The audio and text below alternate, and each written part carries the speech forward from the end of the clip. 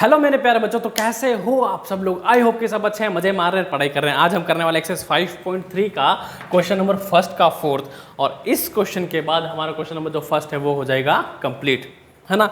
ये सीरीज जो है वो क्वेश्चन बाय क्वेश्चन चल रही है ताकि आपको चीज़ें कम समय में बेहतर तरीके से समझ में आ जाए, क्योंकि जो लंबा वीडियो अगर आप देखने बैठोगे तो शायद बोर हो जाओ, और मैं नहीं चाहता कि आप मेरे वीडियो से बोर हो, है ना।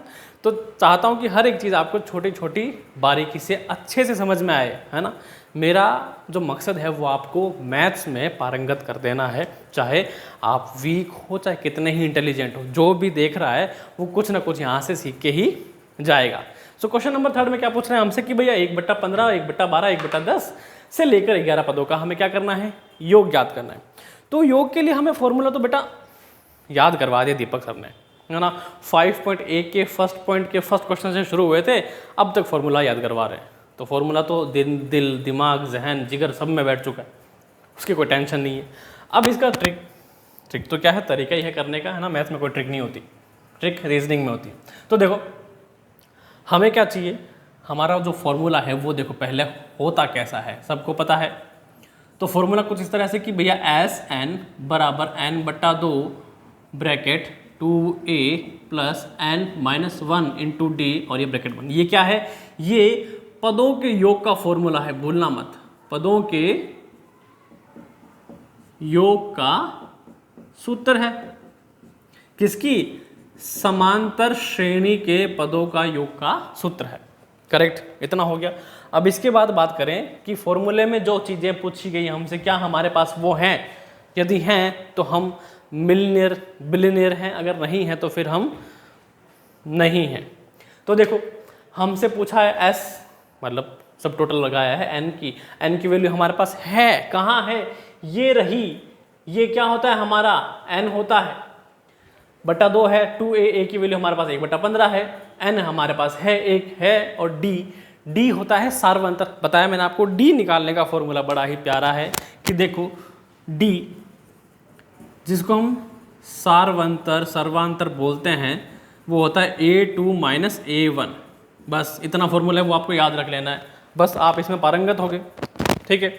a2 का वैल्यू क्या है हमारे पास 1/12 माइनस 1/15।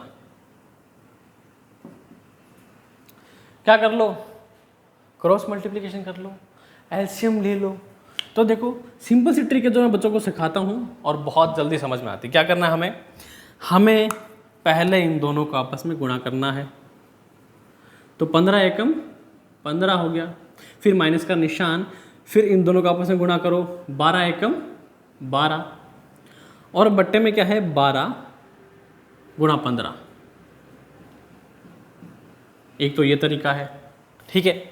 इसमें क्या करेगा आप, करना पड़ेगा आपको घटाओ और ये माइनस, ये घटाओ और ये गुणा करो, आपका आ जाएगा। दूसरा तरीका क्या है जो शायद बच्चों को बहुत आसानी से समझ में आ जाता है। अब वो तरीका इस प्रकार है कि हमें क्या करना है, यहाँ तक पहुँचे हमारे पास कि देखो क्या था 1/12 माइनस 1/15। अब क्या करना है हमें, इन दोनों के पहाड़े में आने वाली एक संख्या हमें निकाल लेनी है, एलसीएम जिसको बोलते हैं हम, है ना। तो 12 पंजे 60 और 15 चौके 60 है कि नहीं। तो देखो अब इसका एलसीएम क्या निकाला हमने, एलसीएम हमने निकाल लिया इसका 60, ठीक है। अब 12 के पहाड़े में कितनी बार में आता है 60, 12 पंजे, और 5 गुणा 1 कर दो तो 5 एकम 5, माइनस 15 चौके 60, 4 एकम 4, ये आ गया 4। तो क्या आएगा, 5 में से 4 गया, बचा 1/60। क्या आ गया आपका, ये आ गया आपका सार्वंतर। क्या आ गया, डी आ गया, ठीक है। तो ये तो था समझाने के लिए आपको कि कैसे आप तरीकों से जो आपको अच्छा लगे वो कर लो। बेहतर कौन सा है इजी, एलसीएम निकालने वाला जिसमें आपको पहाड़े कुछ याद रखने पड़ेंगे। तो डी आ गया 1/60 हमारे पास, यहाँ मामला खत्म। अब जो फॉर्मूला है उसकी वैल्यू रखते जाओ। अब फॉर्मूले की वैल्यू क्या है भैया, एस से शुरू कर रहे हैं ना हम अपना फॉर्मूला। तो एस का एस रख देते हैं, एन का 11 है, 11/2 एन की वैल्यू ये मंजिला टेढ़ा सा ब्रैकेट आ जाता है। 2 ए की वैल्यू क्या है 1/15 जो कि गुणा में है, फिर प्लस n है कितना 11 माइनस 1, फिर क्या है डी की वैल्यू क्या निकली थी 1/60। तो आप इसको ऐसे भी लिख सकते हो, अगर आप ब्रैकेट के साथ इंडिकेशन चाहते हो तो गुणा का निशान लगा सकते हो, है ना।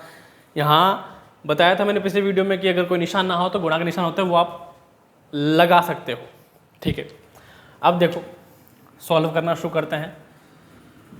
अब भैया 11/2 को 11/2 पढ़ रहे हैं ना, 2 छेड़ना ही नहीं है इसको अभी के लिए। तो देखो 2 एकम 2, 2/15 क्लियर। 11 माइनस 10 क्या आएगा 11 माइनस 1 आ गया 10 गुणा 1/60। तो देखो ये गया 0 से 0 गया, ठीक है। अगला बचा क्या बचेगा हमारे पास कि 11/2 गुणा 2/15 प्लस 1 एकम 1 तो 1/60। अब इसको सॉल्व करना है हमें, इन दोनों को पहले। ये यहाँ पे 1 नहीं होगा, ठीक है ना। 60 था तो 8 का 6 हो जाएगा, ठीक है। अब देखो क्रॉस मल्टीप्लाई कर लो भाई, कैसे करोगे 6 दूनी, पहले 11/2 को तो लिखो 11/2 गुणा देखो 6 दूनी 12 प्लस 15 एकम 15 प्लस 15 छिक 90 हो गया। अब जोड़ दो इनको, तो देखो वापस वही 11/2 पहले, फिर गुणा 15 और 12 कितने हो जाएंगे, ये हो जाएंगे 27/90। तो देखो 3 निम 27, 3 तिया 9 आया कि नहीं आया। फिर देखो 3 तिया 9, फिर 3 एकम 3 0, क्या आया 10 आया। तो इसको सॉल्व करने के बाद क्या हो गया, ये हो गया 11/2 गुणा 3/10। तो 11 तिया 33 आ जाएगा और 10 दूनी 20 आ जाएगा। तो आपका आंसर क्या आ गया, आपका आंसर आ गया 33/20। क्या आ गया 33/20। अब ये 33/20 क्या है, ये 33/20 आपका समांतर श्रेणी 1/15, 1/12, 1/10 डॉट डॉट डॉट 11 पदों का योग है ना। तो हम किस तरह लिखेंगे, यहाँ लिख देता हूँ। देखो आपको छोटा सा स्वीट सा आंसर कि उत्तर में लिख के आपको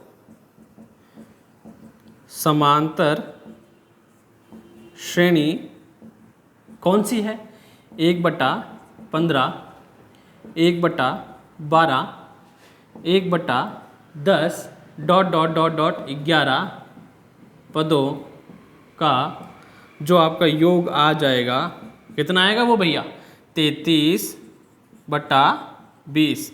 क्या आएगा 33/20 आपका आंसर है। तो आज का वीडियो बहुत ही शानदार हुआ, समझ में आया, मुझे भी करवाने में मज़ा आया। तो आई होप अगले वीडियो में भी फिर से मिलेंगे, बिल्कुल मिलेंगे। तो उसके लिए क्या करना है, हमें इस चैनल को सब्सक्राइब कर लेना है। मेरा नाम है दीपक तंवर और मैं आपको क्लास 10th की मैथ्स पढ़ाता हूँ। इसके अलावा मेरा एक और चैनल है दीपक तंवर के नाम से ही, उसमें मैं क्लास 10th की हिस्ट्री भी पढ़ा रहा हूँ। इंटरेस्टेड हो तो सब्सक्राइब कर लेना। ओके, सो फिर मिलते हैं नेक्स्ट वीडियो में, तब तक के लिए जय हिंद। और हाँ, शेयर ज़रूर करना।